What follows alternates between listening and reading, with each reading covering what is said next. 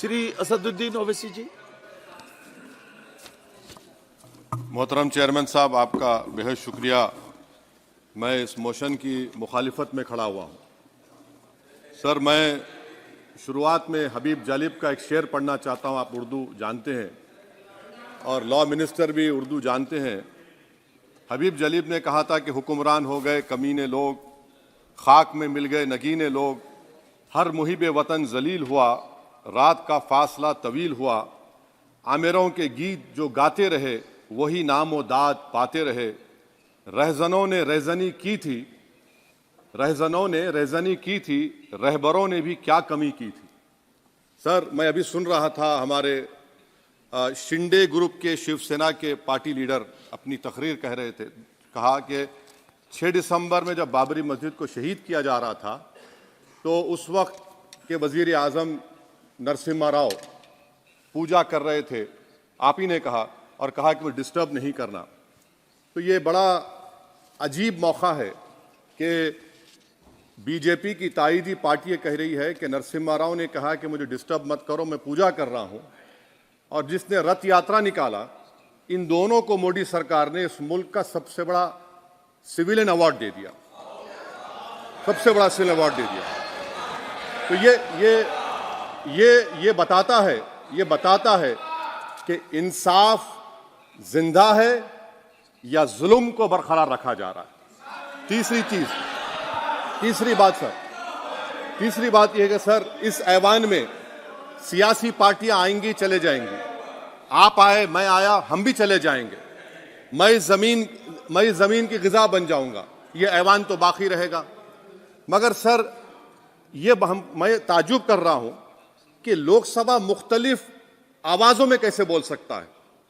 लोकसभा तो एक ही आवाज में बोलना चाहिए, और लोकसभा भी भारत के संविधान आइन के बेसिक स्ट्रक्चर का ताबे है।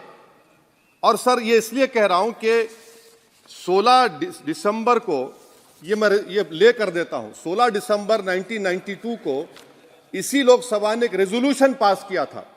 आप इजाजत दीजिए तो मैं पढ़ता हूं सर। दिस हाउस, अच्छा, ये गुलाम नबी उस वक्त के मिनिस्टर थे, आज नहीं है, उनका नाम नहीं लेना चाह रहा था। This house strongly and unequivocally condemns the desecration and demolition of the Babri Masjid at Ayodhya by and at the instigation of forces represented among others by VHP, RSS and the Bajrang Dal, which has caused communal violence in the country. Such act of vandalism was carried out not only in violation of order of Supreme Court, but amounted to an attack on the secular foundations of our country. This house expresses anguish at the happenings and wishes to reiterate its resolve that it will ceaselessly endeavor to uphold the secular and democratic traditions of our country and for the maintenance of rule of law. और एक paragraph है, नहीं पढ़ूंगा। मैं ताजुब कर रहा हूं कि जब इस ऐवान ने एक रेजोल्यूशन पास किया तो हुकूमत आएगी जाएगी, और हुकूमत, ये मोदी हुकूमत जश्न मना रही है जो 6 दिसंबर को हुआ। तो ये एक बात है सर। चौथी बात यह है कि सर, नहीं, 6 दिसंबर के ऊपर कोई जश्न नहीं है।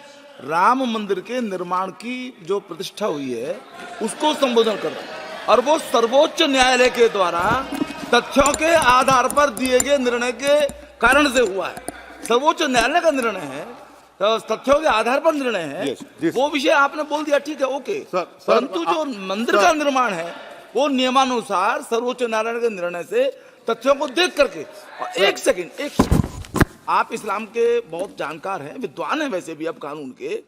यदि किसी अन्य धर्म के स्थान पर मस्जिद बनाई जाए तो शायद उसको मान्य नहीं किया जाता। अभी एएसआई ने, सुप्रीम कोर्ट ने स्वीकार किया है कि वहां पर राम मंदिर था। तो इस विषय केवल यह है कि वहां पर राम मंदिर ठीक बना कि नहीं बना, वो विषय हो गया। तो कृपया इस पर यदि आप कुछ बोले तो बोले प्लीज। सर, मैं आपको गलत साबित कर दूंगा सर। और मैंने रुक तो जाइए बड़ी इज्जत के साथ सर, मैं आपकी बड़ी इज्जत करता हूं सर। आपको मैं कोट कर रहा हूं सुप्रीम कोर्ट का जजमेंट, पैराग्राफ 1222 रोमन 17, उसमें लिखा गया है, the destruction of the mosque took place in breach of the order status को and the assurance given to this court, the destruction of the mosque and obliteration of Islamic structure was an egregious violation of the rule of law, egregious का मतलब जो छोटी मोटी अंग्रेजी में आती है वो क्रिमिनल एक्ट कहा। और सर आपने कहा था कि वहां पर मंदिर को तोड़कर बनाया गया। सर मैं आपके सामने ये तमाम चीजें लेकर दूंगा, सुप्रीम कोर्ट के जजमेंट के पैराग्राफ्स हैं जिसमें सुप्रीम कोर्ट ने एएसआई की रिपोर्ट को नकारा।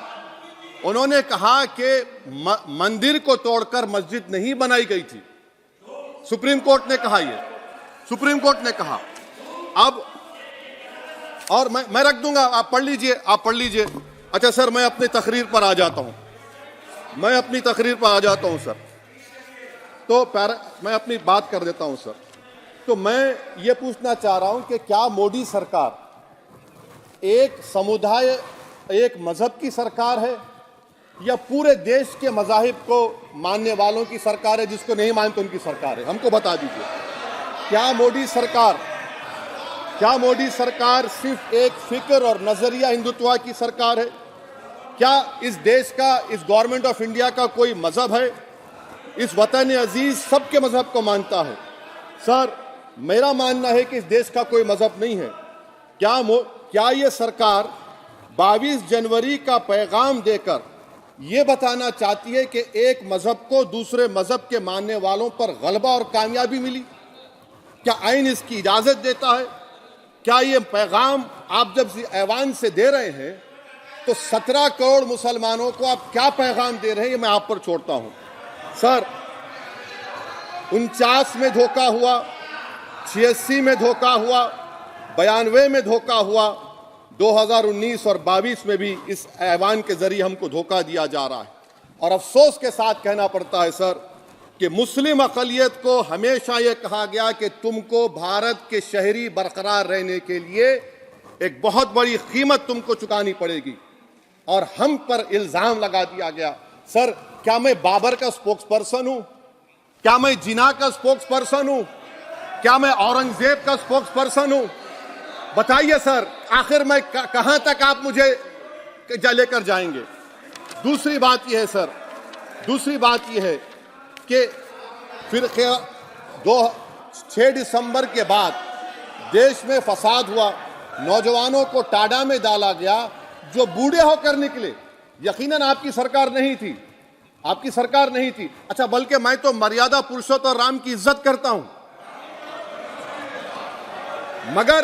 मगर मैं नाथूराम गोडसे से नफरत करता हूं। मेरी नस्लें नफरत करती रहेंगी क्योंकि नाथूराम गोडसे ने उस शख्स को गोली मारी जिसके जबान से आखिरी लफ्ज निकले हे राम।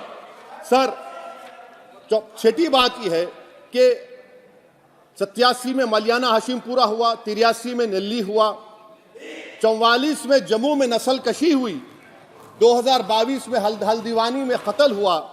इतने धोखे सबसे बड़े किसको दिए गए? असदुद्दीन ओवैसी को दिए गए।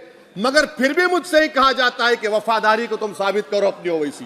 सर आज भारत के 17 करोड़ मुसलमान अपने आप को अजनबी और एलिनेट महसूस कर रहे हैं।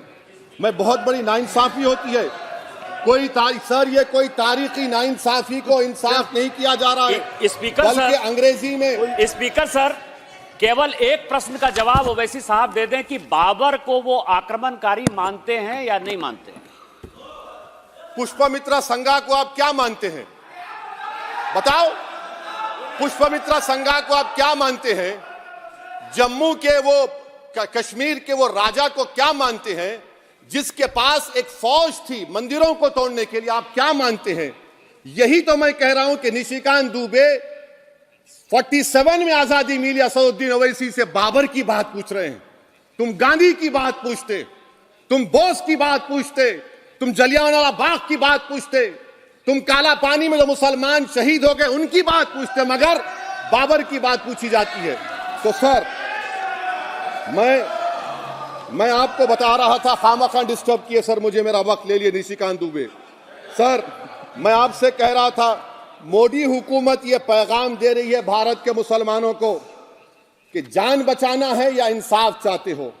मैं कह रहा हूं मैं भीख नहीं मांगूंगा, मैं इस नंगी तासुब को कबूल नहीं करूंगा, मैं दूसरे दर्जे के शहरी के मौक़िफ़ को कबूल नहीं करूंगा, मैं अपनी शनाख्त को नहीं मिटने दूंगा। अब मैं झूठी और दिल फरेब बातों पर हरगिज भरोसा नहीं करूंगा। मैं वो काम नहीं करूंगा जो बीजेपी और नाम निहाद सेकुलर पार्टियां चाहती है मैं वो काम करूंगा जो आपको पसंद नहीं है, संविधान के दायरे में रहकर। सर, कंक्लूजन में मैं आपको बताना चाहता हूं कि आज इस देश को किसकी जरूरत है। इस देश को अयोध्या में, तारीख शायद नहीं पढ़ते होंगे, मौलाना अमीर अली कौन थे, पुजारी बाबा रामचरण दास कौन थे, अयोध्या के पुजारी थे। दोनों ने मिलकर अंग्रेजों के खिलाफ जंग लड़ी थी और दोनों ने, अंग्रेजों ने इनको गिरफ्तार किया और एक पेड़ पर मौलाना अमीर अली को और पुजारी रामचरण दास को फांसी दे दी गई। देश को इनकी जरूरत है।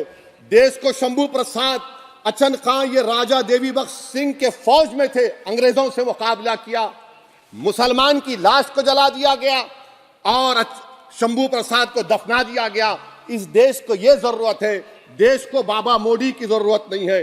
आज भारत को अयोध्या के मौलाना अमीर अली और रामचरण दास, अचन खान, शंभू खान की जरूरत है।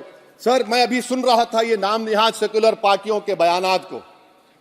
क्या होता है सर, आप, खत्म कर रहा हूं, क्या होता है सर, जब काजी साहब गवाहों को लेकर दुल्हन के पास जाते कि तुमको निकाह कबूल है, तो दुल्हन शर्मा के खामोश बैठ जाती।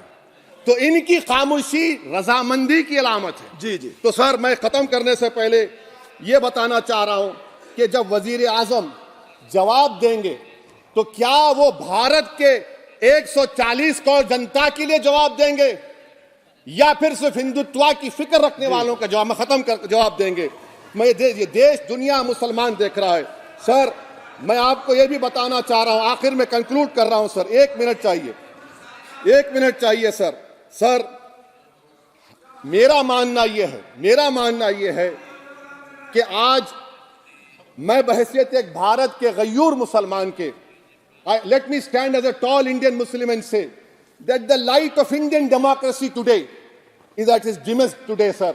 Sir, in conclusion, मेरी फिक्र में, मेरा ईमान मुझे कहता है कि जिस जगह पर मस्जिद थी, है और रहेगी, बाबरी मस्जिद है और रहेगी, बाबरी मस्जिद जिंदाबाद, जिंदाबाद, भारत जिंदाबाद, जय हिंद।